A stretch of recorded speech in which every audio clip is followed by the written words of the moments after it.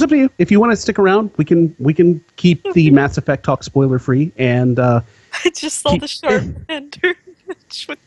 Oh, you saw that? All three of them. Okay, okay. I have to add that to the stream here. Hang on. Oh my god. Jack, are you aware of the Shartmander meme? I am not. What am I clicking on here? Aw. I'm not familiar with the meme, but like, okay, that kind of makes sense. I'm know enough about this television show to know why that makes sense. Shartmander is a very bizarre. Are we just jumping into it? Because Yeah, let's just jump into it. Hey, well, before we start, hey, I'm Jonathan. Hey, I'm Jack. And I'm Izzy. And we are, well, this week, Glib Shark. Tonight, whatever we want, because Kim Jong-il is not going to stop us from exercising our God-given freedom and responsibility to podcast. We'll open up lines, 215-486-2125, or if you have Skype, call Jenga Ship, and if we'd like you, we'll let you on the conversation. So I think to start off, we were going to give Jack the quick and brief history of Shartmander. Which is one of those bizarre things that's like, why did it blow up? But essentially, on Reddit, what was this, last week? Some guy, like, he had taken a picture of a tattoo that his friend had, I guess, given himself while he was, like, high on Xanax and drunk. And it was his take or his attempt at a Charmander tattoo. But that little black thing with the fire tail, that's what it was. That's what it turned into. That was Shartmander. And for some reason, Reddit really loved it, and it ended up everywhere. Like, people were like, I don't know why, but I put it on a shirt, and all sorts of stuff. And, like, they just did all kinds of crazy things with Shartmander. And I looked up right now on Google Images, and there's, like, somebody built a Shartmander sculpture in Minecraft, and somebody, you know, made some crazy digitized versions of it, and they're just all over. Somebody animated it. Like, there was like a 3D animation, and before that there was like a 3D render. Like they had just taken it and just like texturized it and stuff. It's one of those just really bizarre, like, sprung up overnight memes. And I think that's one of the things that makes the internet just so wonderful, is that this, like, he's got to have gotten shit from, like, his local friends, because honestly, that is a terrible tattoo. Well, his name is Shartmander, so getting a little shit is to be expected. Well, and actually, so what it came from was, like, he was trying to go for this Tim Burton style interpretation of Charmander, and there's a whole page of it. I can't remember where it is right now, but it's all this, like, kind of creepy looking, mostly black and kind of weird, like Tim Burton, like Pikachu and stuff like that. And so it's one of those things, like the game of telephone, where you tell someone grilled cheese sandwich, and then it turns out, I want to hump your mom. And monkey Charmander. Chartmander. Got it. Exactly. Yeah. Okay, so this is where the whole bell. Wrong. Yes, so this is where the belve in you self comes from. I've heard that expression, but I didn't know about Chartmander. The what? Oh, like belve in you self. Belve in yourself. Yeah, or believe in yourself. Yeah, I guess that makes more sense. Oh, believe. Oh, okay. Yeah, there was actually something else, like, that I saw today, and it was, I think the caption was something like, well, where do we go from here? And it was a lady in China who had a random word in English tattooed on her arm. It said, like, value, and it had stars on it. And it's like, oh, wow. So now Chinese people are getting random English tattooed on themselves. It was going to happen eventually. I mean, there's a reason. You were talking the other day about English.com. There's a reason why there's a whole website devoted to it. They love random English words. I remember, like, one of my favorite examples of English was from, so in a time much longer ago than I care to admit, I may have been a media pirate.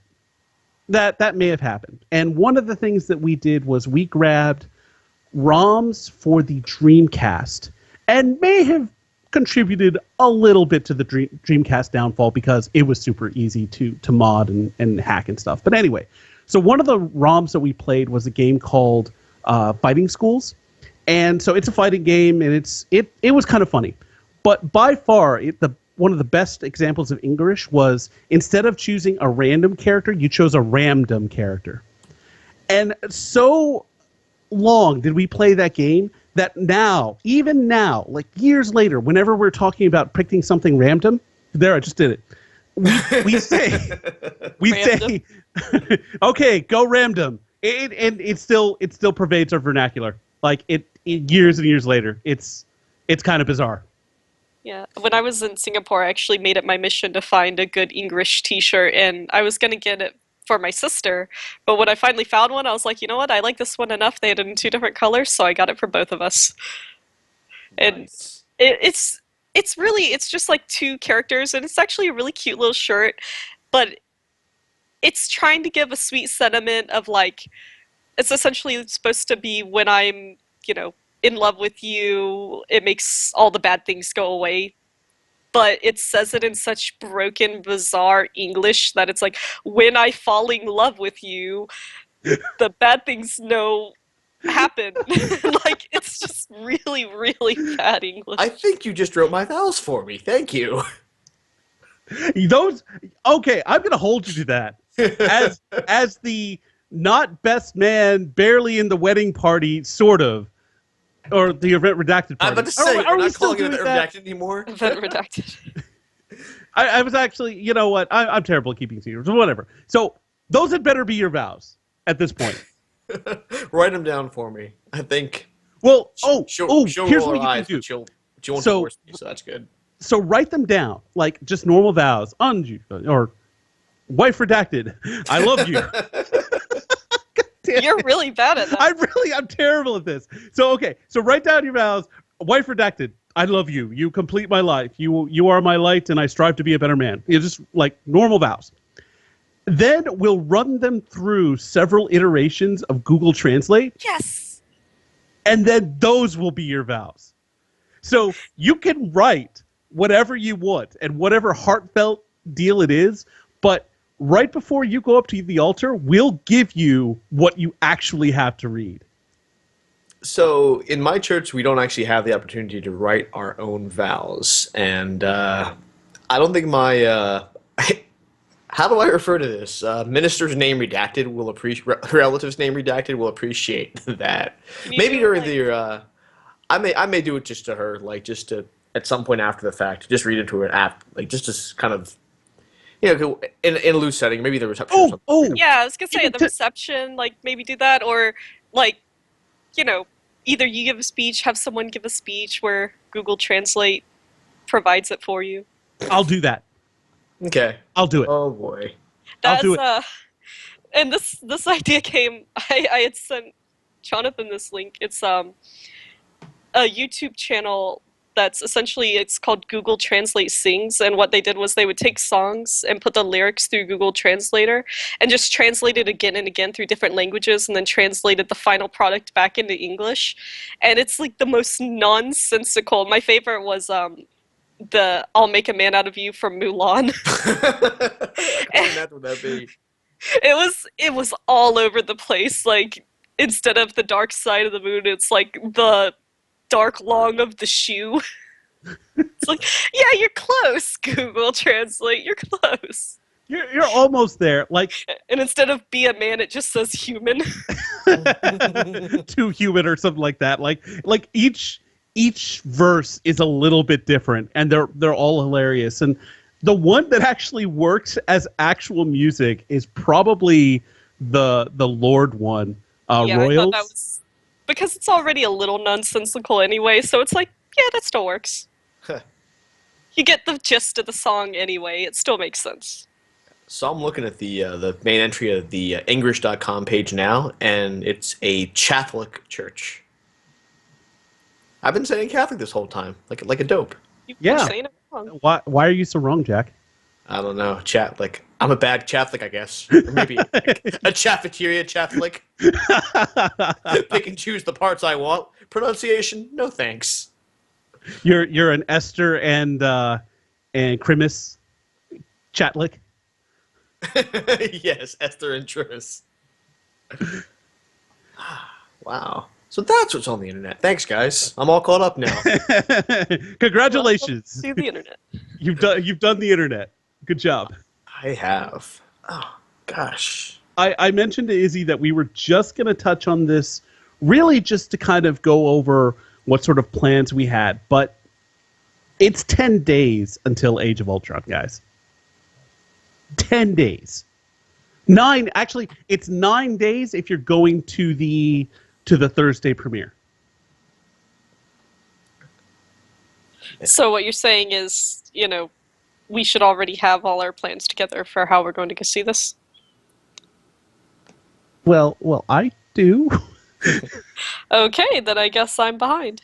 I probably gonna, honestly, I'll probably go see it with my dad. We both like those types of movies, and there's a movie theater around here where we can do reserved seating, so we'll probably just try and snag some tickets and go, but I don't know if we're gonna go. I mean, we're definitely not doing Thursday night. Probably more likely a Saturday type thing.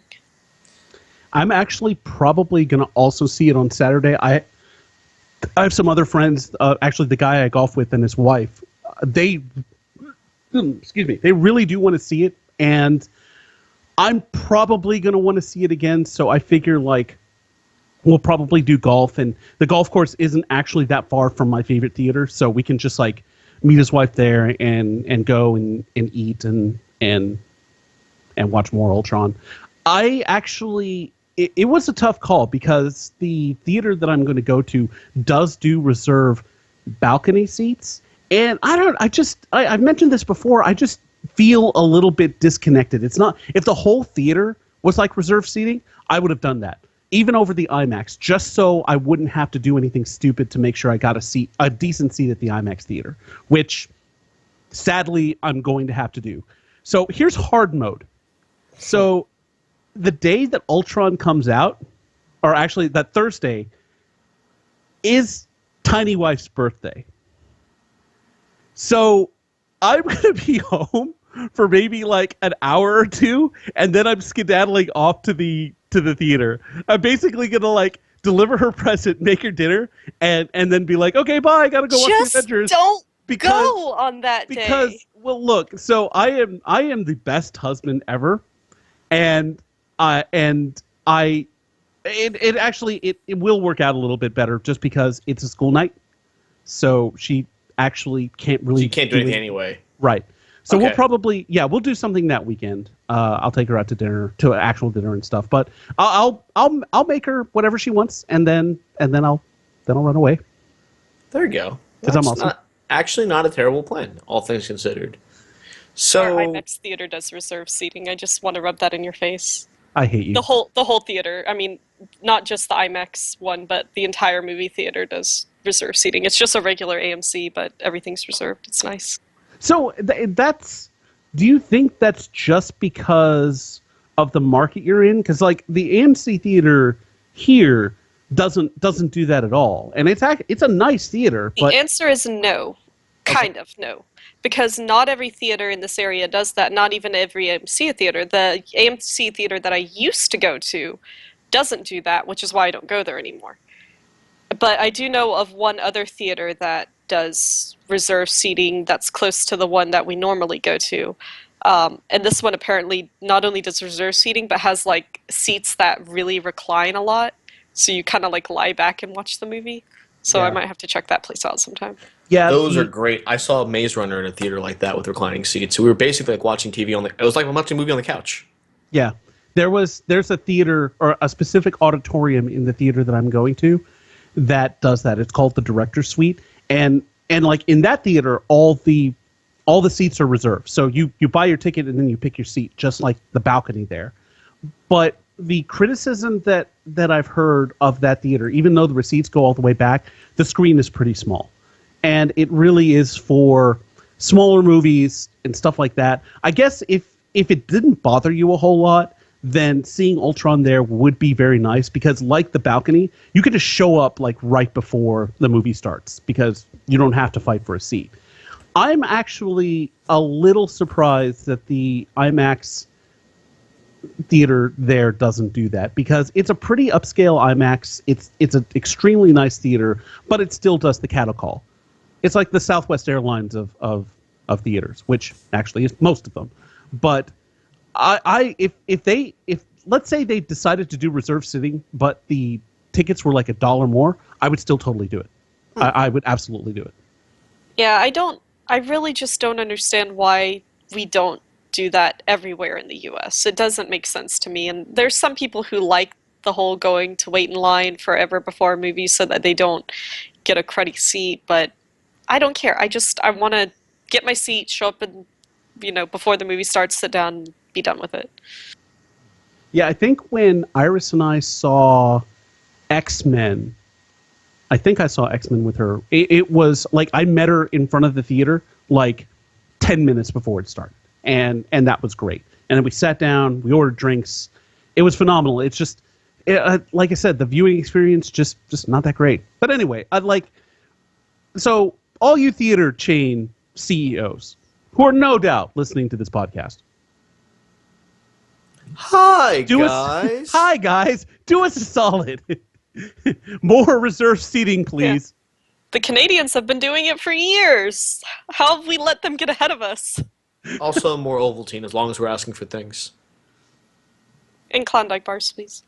Oh man, what would I do Actually, for a Klondike bar? I'm just kidding because I ate a Klondike bar the other day and it was way too sweet. Which is weird to say, but it really was. It was like way too much sugar in that ice cream. It was kind of unbearable. Sorry, Klondike. This podcast not sponsored by Klondike. Great, Izzy. Thanks. We're never going to get that sweet, sweet Klondike money. I've ruined it. Not that cold, hard cash. Yeah, podcasts tend to be sponsored by Box of the Month Club kind of deals anyway. So we're still holding out for my... I came up with this idea for like 90s candy artisanal Box of the Month Club last weekend. Just the idea of finding like things like Zagnuts and whatchamacallits and stuff they don't make anymore, and then throwing it into a box and for like $20 a month and then sending it out to people as a nostalgia kick. We had this discussion about Junior Mints today, and all it led to was talking about Seinfeld. Well, Junior Mints saved somebody's life. I remember that was in the medical documentary Seinfeld. Yes. But now, so my plans for the movie is my niece's first communion is Saturday. So, actually, no. Is it this weekend or 10 days? So it's a couple weekends from now. So that weekend is going to be my niece's first communion, right? So my brother-in-law is also a big science fiction fan. So more than likely that evening we'll all just go out together and watch Age of Ultron. Yeah, I can't wait. And I think, touching on something that we had discussed in a previous show, and I do miss Lauren. I am sorry that she is not here. I am not sorry that she doesn't have the opportunity to spoil another line from Age of Ultron from a trailer I haven't seen. Yeah, I've done a very good job at avoiding all that. And honestly, we've had lots of discussions about spoilers, and some people are like, well, I don't believe there's such a thing. Yeah, in a way, and especially with something that's not a necessarily 100% original storyline. It's not like there is no existing basis for the Avengers. There's already existing comic books and storylines and all sorts of stuff that it follows.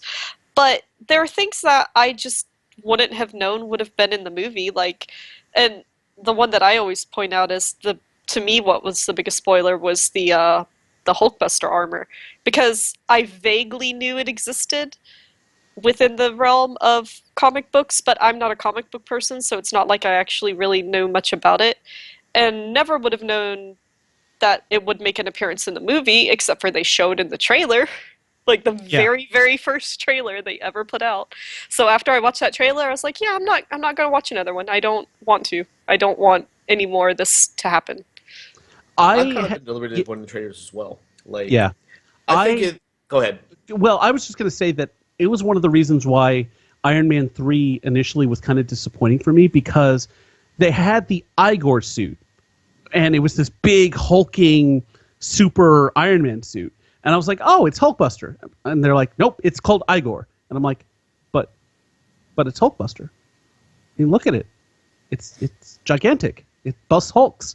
And so when it indeed was not Hulkbuster, I was like, oh, well, that's fine. If they hadn't shown it in the trailer, I would have been just out of my fucking mind in the theater. Like, you would have seen an adult squealing like a 13-year-old on Junior Mints and other candy from the 90s. I mean, squeaky voiced everything. I would have gone bazonkers, because one of the things I love about Iron Man is all his different armors, and Hulkbuster was one of my favorites. And so the lowering of expectations in Iron Man 3 with no Hulkbuster would have just meant that seeing it for the first time in the theater would have just been just an awesome experience. And it's always a balancing act with these things. Like, a lot of money goes into these movies, so they have to make sure people come forward. They can't take it for granted that Marvel is enough to get people out the door. You know, they have to give some sizzle there. So if they were willing to give out that, I can only imagine the stuff they're keeping under wraps when you actually go in the theater. I'm sure there's going to be some mark out moments for you.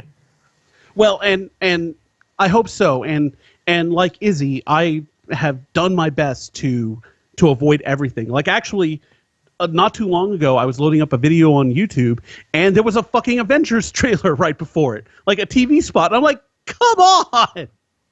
What does a guy have to do to not see that stuff? Read books and just avoid television? Ad block. No, I didn't say that. Shut up. All of you. Actually, that kind of brings me to something that a kind of a declaration that I think I'm going to go with going forward. I think I'm going to, like, if I have any interest in the movie at all, I'm going to see maybe the first trailer. And then that's it. Like, I know another Jurassic World trailer dropped, I think it was today or yesterday. And I mean, I loved Jurassic Park when it came out. And then the other Jurassic Park movies really did a number on my enthusiasm in that entire franchise. But this new one has Chris Pratt, and it's a new Jurassic Park movie, and from the first trailer, it looks kind of cool. I'm not going to watch any more trailers other than the very first one that comes out, maybe. Because if I have any interest in the movie, then I'm going to go see it, whether or not it has sizzle or not. If it interests me, then I'm going to go see it. And I figure if anything's gonna try and sell me, it's that first trailer, and then that's it. Either I'm sold or I'm not. So, just my differing opinion, not on seeing trailers, because I'm fully on that boat. If I know that, and you know, like I said, the same thing with Mass Effect as a game. If I know that I'm going to go watch something or buy something, if I 100% know that's going to happen, I just don't want to see a trailer. I don't need to. I don't need to be sold on it. I've already been sold on it, so I don't need to see that, and I don't need to have things spoiled. But my differing opinion is about Jurassic World, because while I love Chris Pratt, I mean, it's been a while since I've had like a celebrity crush, but he would definitely be the celebrity crush because he's just so lovable. That movie looks so bad to me because it just looks bad. And then I also really don't like the premise, because what I loved about the premise of Jurassic Park was that it was essentially like that whole, yes, it was playing God, but it wasn't really, it was just the unstoppable power of nature sort of thing, and that's what made it cool. And then in Jurassic World, it's not just that it's this unstoppable power of nature, it's that they went and did some like crazy genetic experiments and made a super smart dinosaur that does all this stuff. And it's like, no, just like dinosaurs themselves are fucking scary. That's what it's supposed to be about. Is that dinosaurs, these primitive creatures that we would consider, you know, so far below us on intelligence and all that, could still kill us because they're fucking dinosaurs, you know? Yes, Pardon my language. But if Star Trek has taught us anything, it's just that dinosaurs, once intelligent, simply go off to the Delta Quadrant and refuse to evolve based on the religion they developed. That's just right off of Voyager, I guess. But oh god, honestly, I have no enthusiasm for for the new Jurassic Park movie. I mean, Chris Pratt, cool, that's fine, but he's in a whole bunch of stuff that's cool already. He's gonna be in the Lego Movie sequel, probably Guardians of the Galaxy. He'll continue to make movies, but I don't need to see him in every movie that he's in. So Jurassic Park was cool when I was 11, and I'm watching it. Dun, dun, dun, dun, dun, dun, dun, dun, dun, dun. Yeah, Full the original disclosure, Jurassic Park is cool now. I rewatched it recently and I was like, man, right. it's still a good movie. And I haven't seen Lost World or Jurassic Park 3 because those I didn't really need to see a second movie for that. For that, You for, don't for, need to You see really don't. them. just Okay, so here's how bad Jurassic Park 2 is. I thought it was called The Lost World. Whatever. It doesn't matter. The book was awful. Like, Jurassic Park, the book, was up until I started reading, like actually Game of Thrones, was one of my favorite books. And it was just an incredible book. And then the movie, while it didn't follow stuff in the book exactly, like a lot of characters died that didn't die in the book. Ian Malcolm died in the book, but didn't in the movie. The movie was still really, really good. It was a good movie and a good book. And they were both two very different experiences, but both good experiences. So the Jurassic Park sequel, whatever the fuck it's called, already had like the weakest foundation in a terrible book.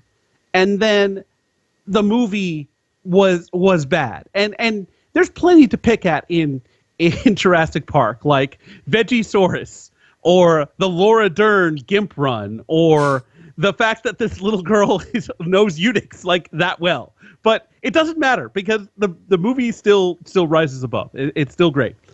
But it's so much worse in the second movie. Like, there is one point at which like Japanese businessmen are running from the fucking Tyrannosaurus. It's like, really? That's actually the one part that I really liked. It was hilarious. It was just so much bad, and it was and like at that point in the movie there was no saving it because this is like, oh my god, this is a fucking train wreck. This is like to sell toys and movie tickets, and I saw it in the theater, so I was one of those suckers. But and then 3, I barely remember 3. I think Sam Neill was in it. Yeah, him and the chick were back, and then I remember the very end of it. There was a kid with a satellite phone. There you go, Jurassic Park 3. There's Jurassic Park 3. So Lisa was actually doing the Laura Dern Gimp run just now down the hallway. Man. But so I guess the other movie that I didn't expect to be looking forward to, but I actually am looking forward to a lot, is the new Mad Max movie. That one actually looks pretty cool. What else? Inside Out. Pixar? Inside Out, well, that's Pixar. It's a safe bet, you know. And Amy Poehler plus Pixar equals I'm going to go see that movie. Yeah, that's another one where I've only seen the first trailer and have done a pretty good job of avoiding anything else because I like the premise. The animation looks good. I'm set. I'm good. No, I now no longer have normal TV. Well, I say now. I haven't had normal TV for a while. I switched to limited basic a long time ago and then never got the cable box to go with it. So I actually have a really hard time keeping up with what movies are coming out and what they are, especially things that like, you know, big things like, okay, yeah, we knew they were going to make another Avengers and kind of was able to keep track of that one. But new movies, I've had a hard time keeping track of what they're going to do. Like the new Mad Max movie, totally had no idea that was going to happen. I have absolutely no idea what this Pixar movie is you're talking about. So these are things that I guess, yeah, maybe I would watch the trailers for some of those just because I actually have no idea that they're coming out. Yeah, and it's tough to kind of sort out like which trailers you want to watch and which ones you don't. Like the Kung Fury trailer, which I still haven't seen, but kind of want to now because who doesn't like a kung fu movie with Hitler? I guess I was mostly confused because I didn't realize that was a real thing. I saw the David Hasselhoff video and the music video, and like, yeah, I know it said Kung Fury on the back of a jacket, and then there was Hitler for some reason, but I had no idea that was a real thing. I thought that was just a joke. I think it may have started as a joke. It feels like it started as a dare. Like, you're never going to get this movie funded, and then it got funded. and this is the world we live in. The essentially, it's like Kickstarters if 4chan made a movie, and this is how it happens. probably. I'd have to look into it a little bit more. I confess to being a little bit ignorant of it. But let's see. So I have actually heard some good things about this, and given its pedigree, it's not a strong pedigree. But there's a Melissa McCarthy movie coming out where she plays a spy, like getting her first field assignment. It has people like Jason Statham, and I think I'm trying to remember the chick that's in it. But it's like it's apparently, I think it's done by Paul Feig, who is going to be doing the new Ghostbusters movie, and so apparently it's actually pretty good. And from some of the advanced stuff, so that I kind of have interest in. I just need. Go ahead. I know that name, actually. Paul Feig, he's also the maker of Outer Space, which is a Yahoo Screen show that stars a whole bunch of like actors from commercials, like the Indian guy from the network thing, the nerdy one, and then the AT&T sales lady is in it too. It's actually really funny. So if Paul Feig's name's attached to it, it'd be worth checking out. Yeah, he is kind of the Ghostbusters generalissimo right now. Like he is showing the way for future Ghostbuster stuff, because from what I understand, like they were going to make this female version of the Ghostbusters, and that's definitely happening. Like that is moving inexorably forward. But then someone was like, "Hey, well, what about an all-male version?" So people like Channing Tatum were thrown out as some people that might be in it, but I think that's lost a lot of steam. Yeah, I know. Yeah. I think that reaction right there is why it's not getting any steam. So am I the only one looking forward to Fantastic Four? I think so. Are they making a Fantastic Four? They are. I saw the trailer yes, recently. you are It the looks only really one. good. And the cast in general is inspiring. Like the casting of Reggie Cathy as Dr. Storm, and the basis on. I know a little bit of the comics of it. It looks like they're basing it more on the Ultimate version of the Fantastic Four, where the characters are a little bit younger and it's more hard sci-fi. To quote Roman De Beer's quote there, but their version of the Thing, I will say, looks way cooler than the Michael Chiklis rubber costume thing. But I mean, that's not really saying a whole lot. I mean, he's actually massive, and he looks like a rock monster should. And I have pretty clear and strong opinions on what rock monsters should look like. And even their Doom looks pretty decent. So if they can provide me a Doom that isn't Julie McMahon, like it's already going to be better than the original two movies, no matter what happens at this point. I guess where I stand on Fantastic Four is how a lot of people are kind of coming out now. Just there is such a thing as like comic book overload when it comes to movies. I enjoy almost every one that I've seen. I'll preface that by saying ones that I've seen, because I haven't seen a single Superman movie ever, and I'm fine with that. But it's kind of, will I go see Ant-Man when it comes out? Probably. Am I excited about it? Not really, because I don't really think they need to introduce more comic book movies right now. Well, I think that but I mean, they also need somewhere to go, because they can't just keep milking the Avengers crew forever. Yeah, I will say my enthusiasm for Ant-Man is more about the fact that Edgar Wright was attached to it, and the basic story comes from him, even though he's not directing it anymore. And Edgar Wright's a name that carries some weight for me. I liked Hot Fuzz. I liked Shaun of the Dead. I liked everything I liked his Scott Pilgrim vs. the Universe. So if his name's attached to it, even if it's not his final vision, I figure it's going to be at least very interesting. And I read an interview recently where Joss Whedon says that script was the best Marvel script he's ever read. So if Joss Whedon believes in it, then I'll go see it. And, Michael Douglas, Paul Rudd, Evangeline Lilly, I can get behind that. Although I can understand the whole fatigue thing. You gotta pick and choose. Like, all these movies coming out, you have like 4 to 5 Marvel movies coming out every year. And it doesn't even count the DC stuff. Yeah, going back just a second to a weird image that got put in my head when Izzy mentioned milking the Avengers, and I imagined Hulk, Thor, and Hawkeye attached to milking machines, looking all weary and worn out.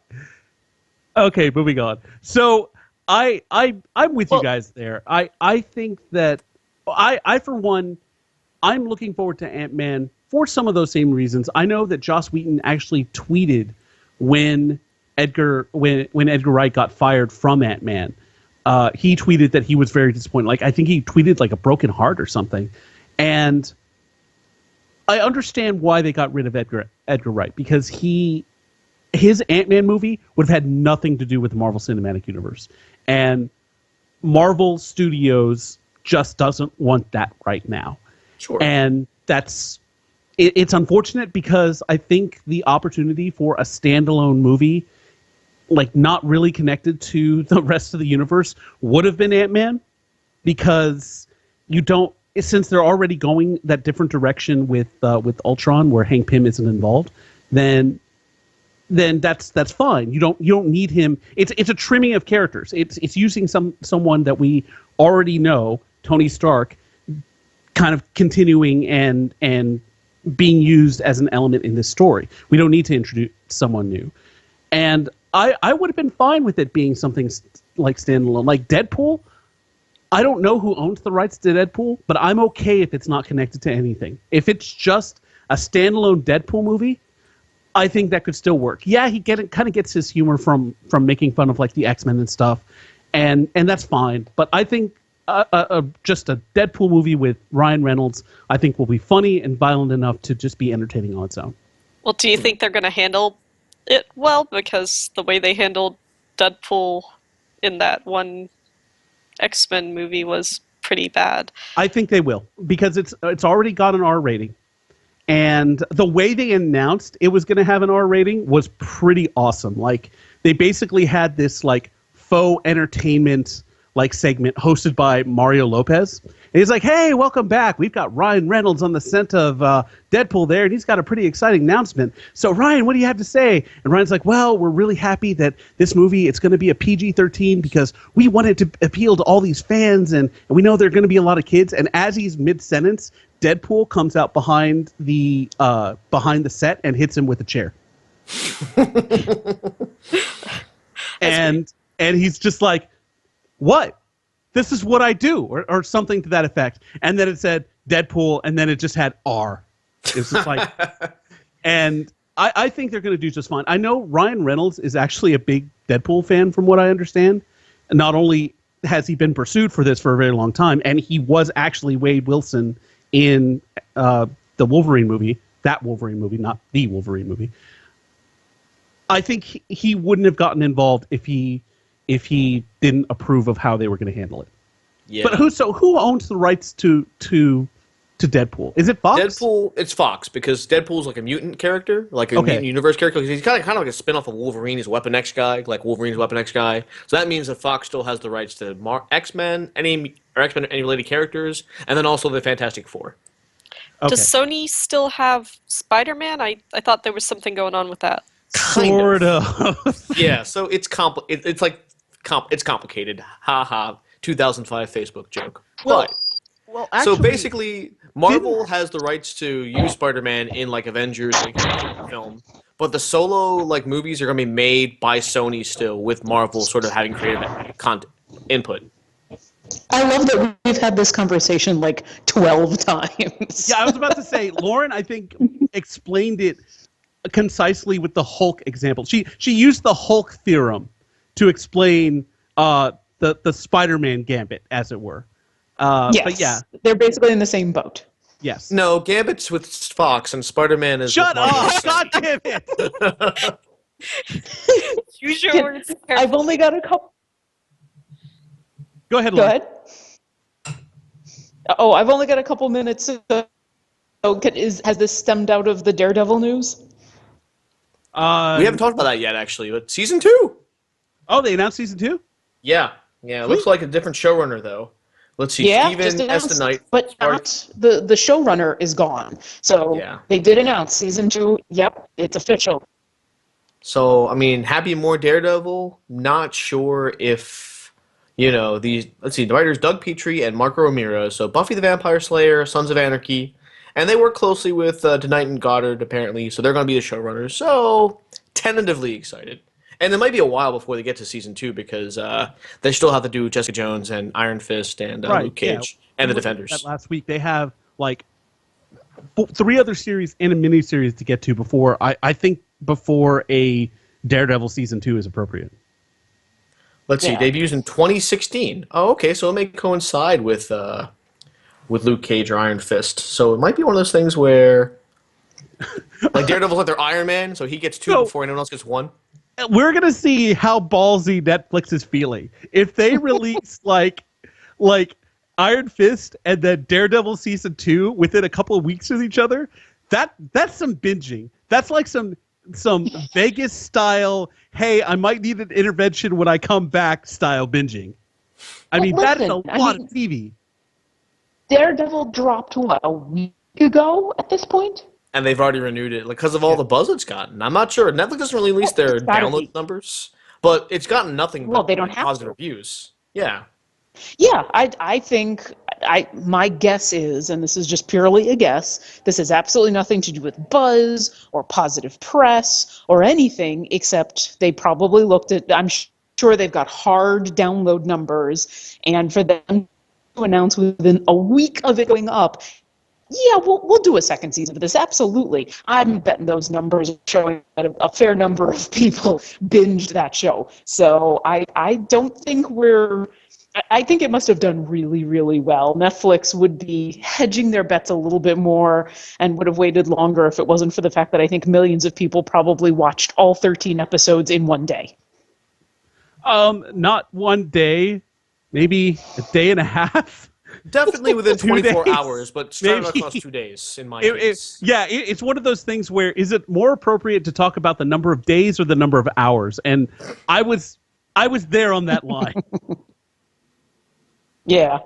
I'm still catching up, but my schedule is wonky. But I can only see this as positive news. They would not have announced that a week after dropping that if the numbers didn't back it up. And like you So, were saying, yay. they don't have to release those numbers. Just the act of renewing is enough to say, wow, this was super popular. Yeah, my gut says so. I mean, why? If the numbers weren't amazing, or at least really, really good in that first week, then why bother when they've got this whole slate of other stuff coming up? They could have held off, and no one would have been questioning. Well, they didn't announce second season, blah blah blah. So yeah, it must have done really, really well. But so That's my good. guess. And I'm super excited because more Daredevil. And that's awesome for me because I've been reading that comic like for years. And I'm a big fan of the Matt Murdock Daredevil character. So if they can give me more Daredevil and more of a good adaptation, then I'm all about it. Ugh, more stuff to binge. Guys, I think I have a problem. Okay, so there's more stuff. All the stuff, every stuff. Okay, so I need a little bit of help before I have to get off the phone because I have to go back to work. Avengers is going to start dropping places like the UK and England and Oh God, she's Europe. gonna spoil me! Run! No. I need help because we're at the point where Avengers is going to start playing places, and now we're talking about like real, honest to God. Here's the entire plot. Here's things happening. Spoilers. How are we supposed to survive 2 weeks of that?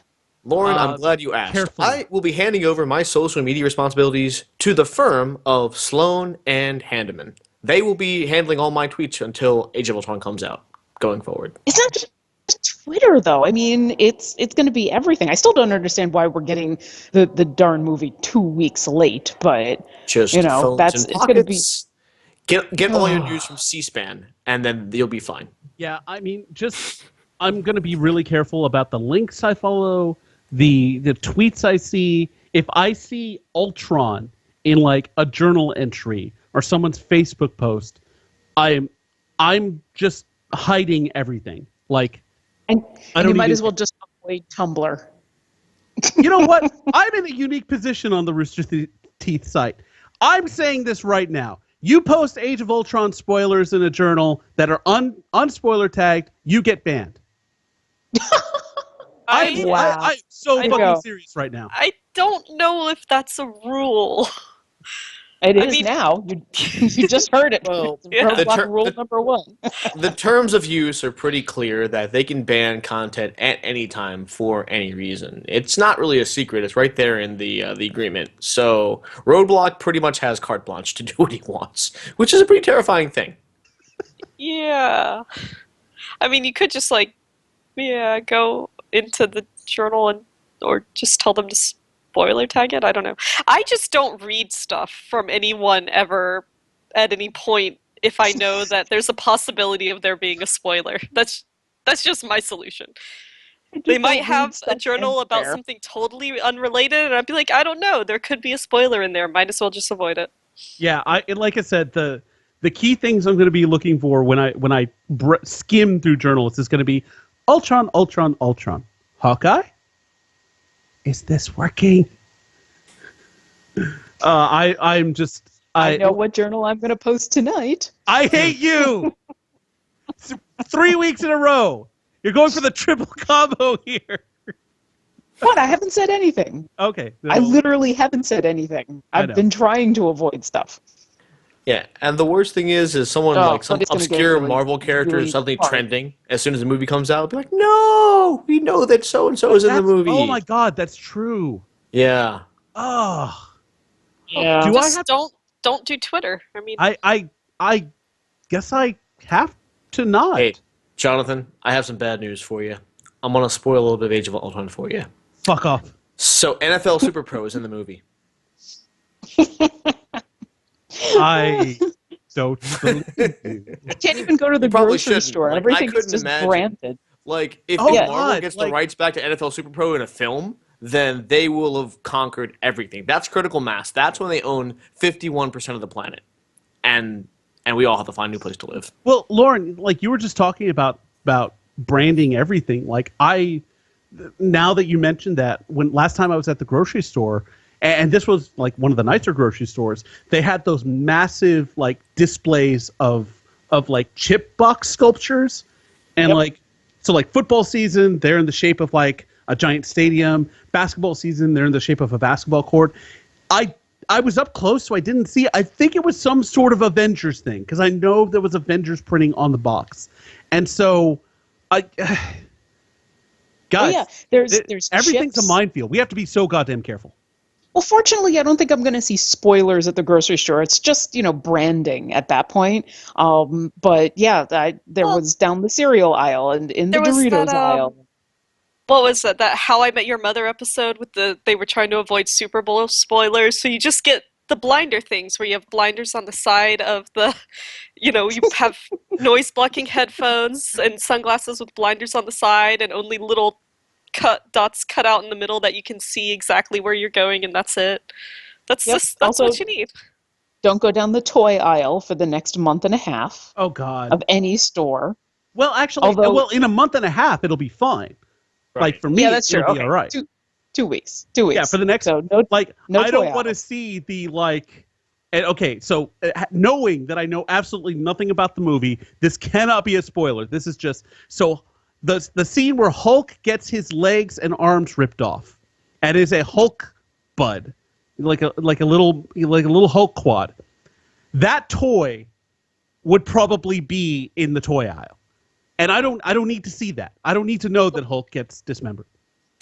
I mean, the good thing about the toy aisle, though, is that they're also toys and they're ridiculous, and some of them are just insane. So, and obviously have nothing to do with the movie. They're just insane toys because children. So, it'd be one of those things in where you'd be walking down the toy aisle and be like, so wait, what? And then not only are you not spoiled, but you're waiting for something to happen that doesn't happen.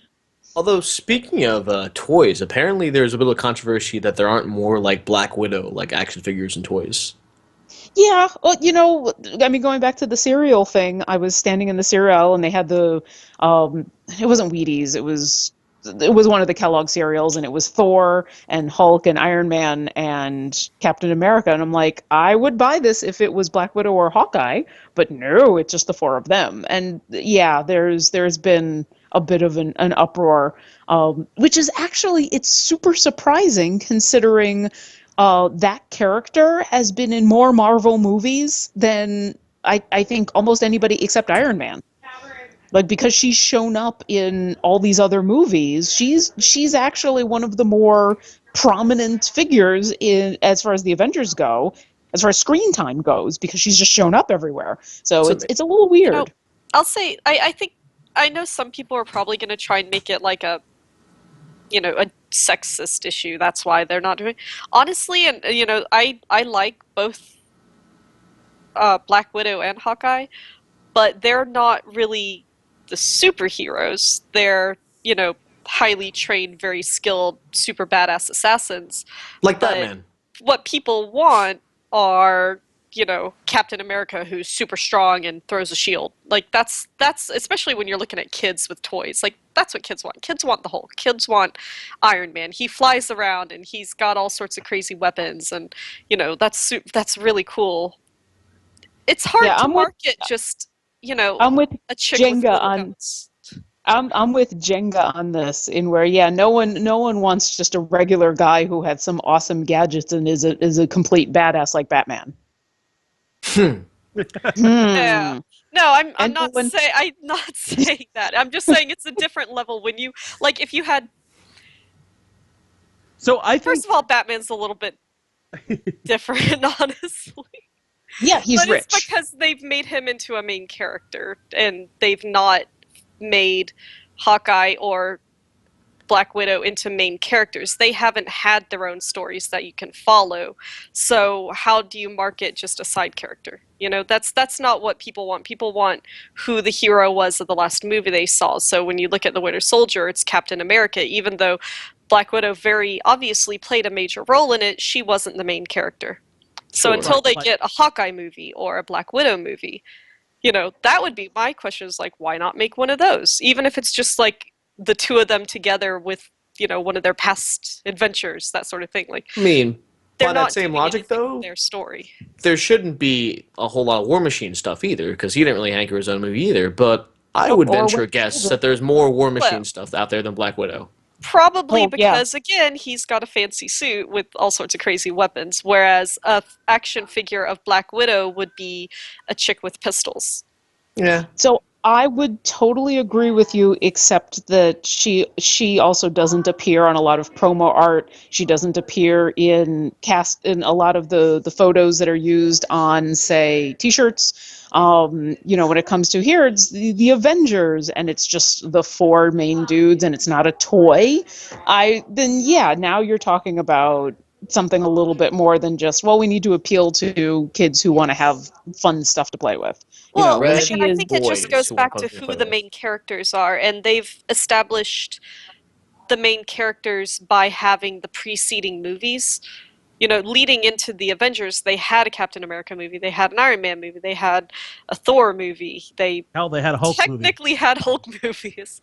So they had essentially established those as main characters, whereas they've really established Hawkeye and Black Widow more as supporting characters. I think that if they had had their own movies ahead of time and been established as main characters, then you would also see them more in promo stuff because they would be more prominent. That's what I think it really comes down to is just they're focusing on those four as main characters because they have been essentially cast as the main characters. And I think Okay. once we get into the Captain Marvel set of stuff, you're going to see a lot of Carol Danvers stuff because she will have had her own named movie, and she's awesome. I mean, she is probably as powerful or more as Thor, and she's getting her own movie. So when Captain Marvel and then Infinity Wars Part 2 rolls around, you'll probably see Carol Danvers featured a lot in those art, along with those other named characters. Just, Well, let me ask just you for this. those reasons. Did they officially announce that Carol Danvers is the Captain Marvel we're going to be seeing? Yes. Okay, Yes. just making sure. So I was kind of hoping Yes. that it would be a different character, not Kamala Khan, even though she's Miss Marvel. There's actually Carol Danvers isn't even the first female Captain Marvel. There was a But character named I think she's Monica probably the Ram. most relatable. She's the most recent one and probably the one that's had the most buzz over the last 10 years, but Monica Rambeau was the original female Captain Marvel. And now she's Okay. known as Photon. Sorry. As much as I would love to continue to talk about this, I have to go back to work. So enjoy everything, and if anyone sees Hawkeye in a box of Wheaties, I'll buy it. See you guys later. Bye, Obo. Bye, Laura. Bye. Bye. But yeah, Carol Danvers, I could see that. She's got the whole high hair thing going on. What do you call those hair bump things that ladies have? Where they have like a tie in the middle, looks like a mohawk, but the hair is actually long. Is there a name for that? There probably is. But But Carol Danvers has been rocking that look. Were you recently. hoping the lady was going to answer the question about lady hair? Oh, I was- I mean, I don't know what they call it. I've seen girls with that hairstyle. I know what you're talking about, but I have no idea what you like. Isn't it just a faux hawk? Like, I didn't. No, because it's like faux hawks are when a guy has it. Like I don't know what the name for yeah, it is. but And I just wouldn't assumed it it be was. kind of the same?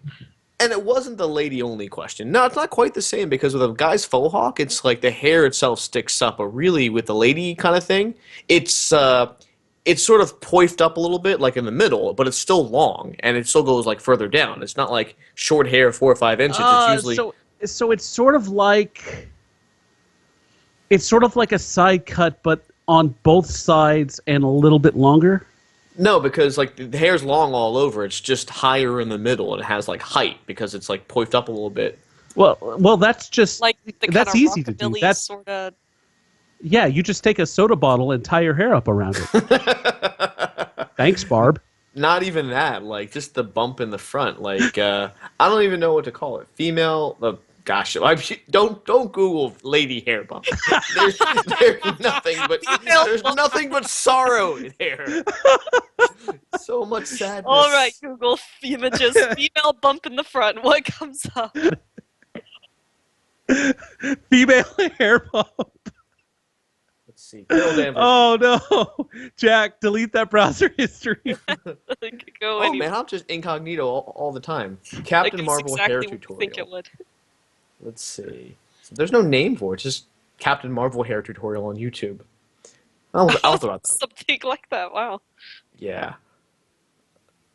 Speaking of Lady Marvel characters, one of our friends went to Calgary like Comic Expo or something like that, dressed as Baymax, and I really wanted to see more pictures. Like she posted one picture of like her laying down with Thor's hammer on her chest, and the caption was, "Oh no."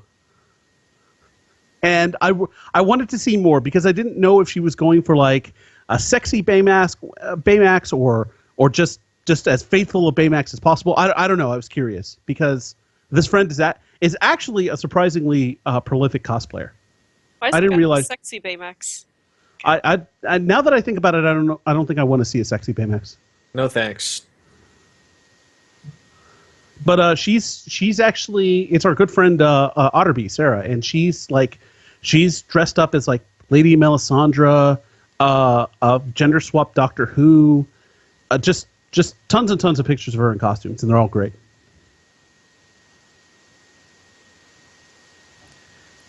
So I guess now, that's an interesting question. Jack, are you going to cosplay anytime soon? Probably not. And I'll tell you why. I'm lazy. Like I was the kid in high school who identified with the goth lifestyle and hung out with goth kids, but it could never be troubled to go through all the trouble of having goth wardrobe, goth makeup, goth hair. I just dressed up. So I think I cosplay on the inside, and that's enough. Why do you ask? I was just curious. Okay. We were talking about cosplay. Izzy, what about you? Cosplaying at all? I've never done it. I can't imagine that I would just because I'm in the same boat. I'm just lazy. Like, I think it's awesome what people do, but they do it because they really put in the time and like make things look great. And even simple cosplays still take that thought and effort, and you have to get the stuff. And I'm just too lazy for that. Yeah, lazy bugs. I essentially, I'm always cosplaying as an off-duty blank, and then just fill in the blank with, Spartan from Halo or off-duty, like Out of uniform off-duty guardians. out of uniform guardian from Destiny. That sort of thing. That's what I always am cosplayed as, so I don't need to cosplay. I think that's the biggest regret I have not going to PAX this year is that I'm not going to get a chance to whip out the Thornwatch costume again. Thank because God he said the Thornwatch costume. Why don't you just do it at RTX for no reason? I don't think RTX would be quite the right crowd. I mean, I was at the Penny Arcade Expo and was cosplaying a character that was created by one of the guys of Penny Arcade, and barely anyone recognized me. And Yeah, but I don't know. Is it really about people immediately recognizing you, or A Like little, and when people ask who you are or what you are, and then you can kind of tell them about something maybe they are not familiar with. well, that involves the telling, and this particular character doesn't talk. Oh, I okay. mostly hiss at people. Like, well, we were talking about hissing earlier. That I kind of like go up to people and like predator at them, like that little, that because apparently this particular character is kind of an asshole. Yeah, sounds like it. That is not a nice thing to do to people. No, Yeah. I actually purposefully had my mask signed by those guys, so I'd have to make another one. So I'd have to put in the work and really want to do it. But I do want to do it again. It's gonna take some more work at the gym to kind of trim down and fit back into the costume. But it'll be worth it. Well, that's exciting. Yeah. I don't know, cosplaying at RTX. I'm trying to think of what I would go as. Well, I remember the idea came up last year of 8 of us getting together and going as like a tentacle monster. Oh yeah, that's right. We were gonna be like all tentacles of the same tentacle monster, right? Yeah, I think that came up during like a Cards Against Humanity night or something. Oh my god, right. I'd completely forgotten about that. We still have time. I honestly I don't know what I would cosplay as, if anything, because it's like, what would I ever have the time and effort to actually put together that would look decent, and that's pretty much almost nothing. I mean, Well, it has to be a character that you want to play. Like Yeah. when we did the Team Fortress one, it happened that as the darkest member of the team, I was relegated to the demo man. But he also happened to be one of my favorite characters. I mean, it was just a really happy coincidence. So Did you do a Scottish accent the entire I time? did do a Scottish accent the entire time. I even had the ballistic vest had a codpiece, had a little crotch plate. Of course it did. And so, like the game, when I lifted it up and said "kaboom," I had a little smiley face under there. That was so much fun. And the Scrumpy bottle was filled with Gatorade because that costume was a little hot. It was that, again, I know I've talked about it a lot, but that was just that's one of the things that when I decide, hey, I'm going to try and cosplay something, I try and remember that and how much fun that was, because that right there can get you past some of those. Well, I could work on the costume today, but I don't wanna. If you think about that, then that can help push you through. So here's a really easy cosplay for anyone who's interested in an old, like I am. Straight for RTX specifically. Strangerhood. Do you have a sweater vest and slacks and a polo shirt? Well, you could be Dr. Chalmers. Have a gray t-shirt with a name tag and jeans and flip-flops? Wade. So if I didn't want to shave my head, I'd think about going as Dr. Chalmers, if only it's an excuse to wear a sweater vest again. So this is easy. This is like easiest cosplays cosplay with possible. And yeah, easy, easy. I finally found my second podcast project. Easy cosplay. If I didn't want to shave my head, if I wanted to shave my head, I could be Dr. Chalmers. I saw it was a GIF or GIF, depending on whether you're a GIF. It was Tina from Bob's Burgers dancing. Somebody did a cosplay of her and was doing the dance, like the awkward Tina dance. And nice. it was a really good cosplay, but it was also one of those where it's like, oh yeah, it's a really simple, easy to do cosplay, because it was just a girl with, I think it was her normal hair, but it was essentially styled like Tina's hair. Thick rimmed glasses, a blue shirt, and a blue skirt. And that was it. So but it was Tina.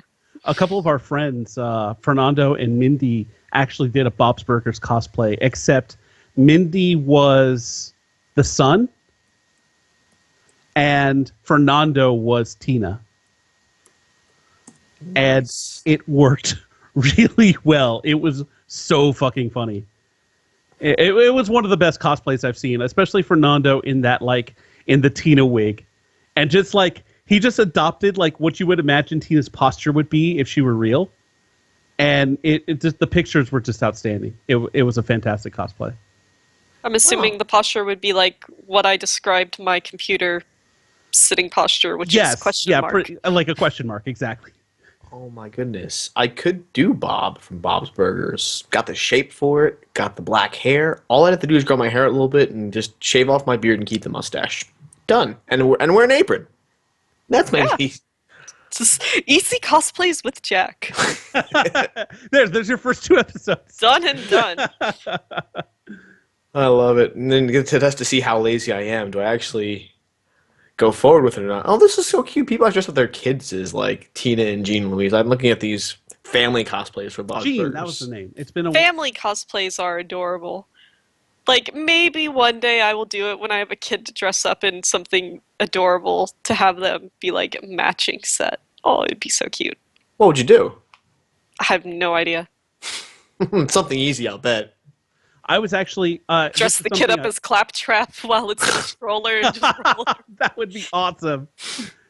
Like I've been playing a lot of Guacamelee on Xbox, and so I am a large Hispanic man. I own a luchador mask, although it's not the right one.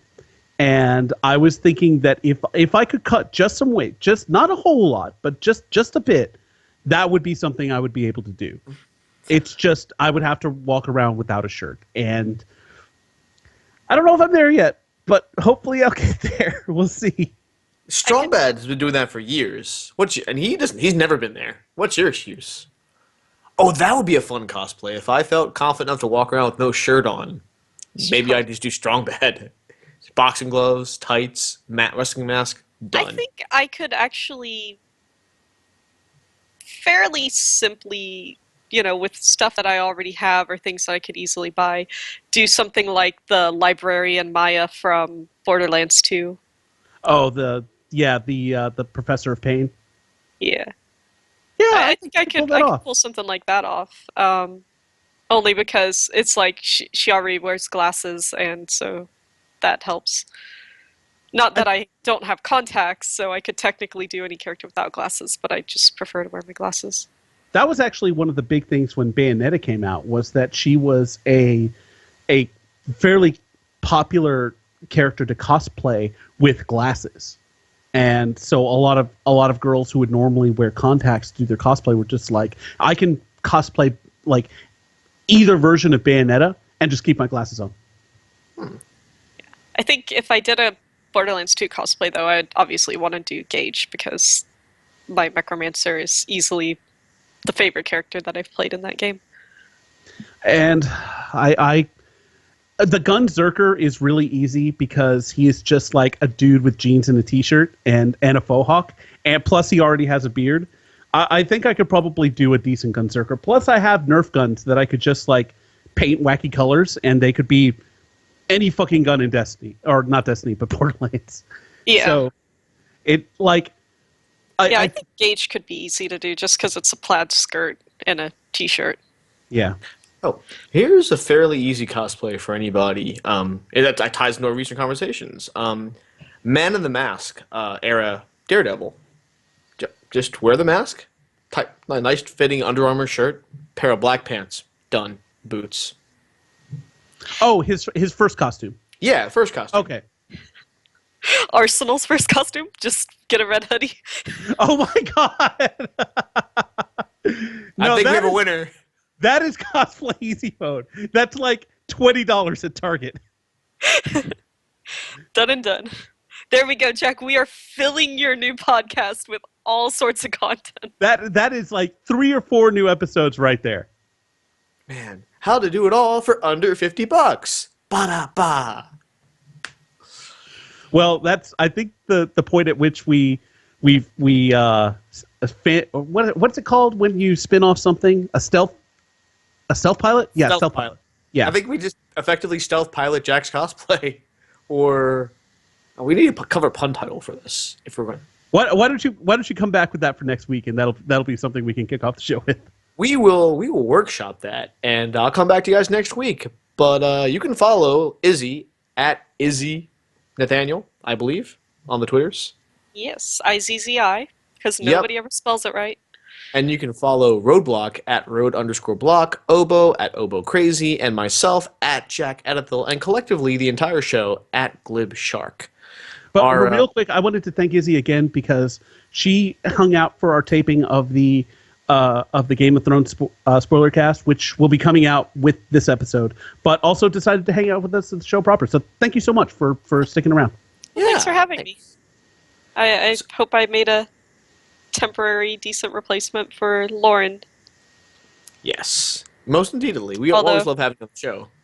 You know, I didn't actually live up to Lauren because I didn't do, This Week in Geek or any of that sort of stuff. You did fine. You did good, kiddo. You did good. Did Our announcer is Bob Ball. Our music is done by Linnea Boyev. Our producer is the one and only Jonathan Cerna.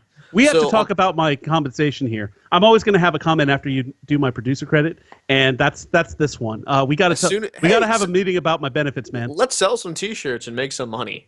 Let's talk about that. Okay. But until then, until next week, on behalf of Jonathan Cerna, Lauren Urban, and the entire Glib Shark staff, this is Jack Edithil saying good night, good health, and Rosebud, frozen peas, full of country goodness and green penis. Wait, that's terrible. I quit. Just a handful for the road. Not bad? What was that from? You ever saw The Critic before? I have. Okay, so there's... I don't have an idyllic memory of it. So my favorite scene... Eidetic, but... my favorite scene from it is where they actually show the later works of Orson Welles back when he's like a fat hack doing like commercials and stuff. And Maurice LaMarche actually comes in and does his like flawless Orson Welles accent, which I did not do. I was trying to capture the cadence. And he's doing that commercial. I mean, obviously he's Dr. Citizen Kane, so he says it's Rosebud part. And then he says this thing about, Rosebud, frozen peas full of country goodness and green penis. And it's the funniest thing ever because it sounds just like Orson Welles being just this prick on commercial sets. And there's this whole bit about... I have a vague memory of that. Right. And there's this whole bit about Mrs. Pell's fish sticks, and it's a recurring gag. And it's like, they're even better when you're dead. Izzy, real quick before you go, like, there's a mashup trailer that I really like where it's Walking Dead, but in the style of the Zombieland trailer. And right before it starts up, it's like, this trailer has been rated for Coral. Coral. Also, I hate you so much. I'm looking at them now. It's like, man, it's been a while since I've seen any of these. I love the Rick dad jokes. It's sinking, Coral.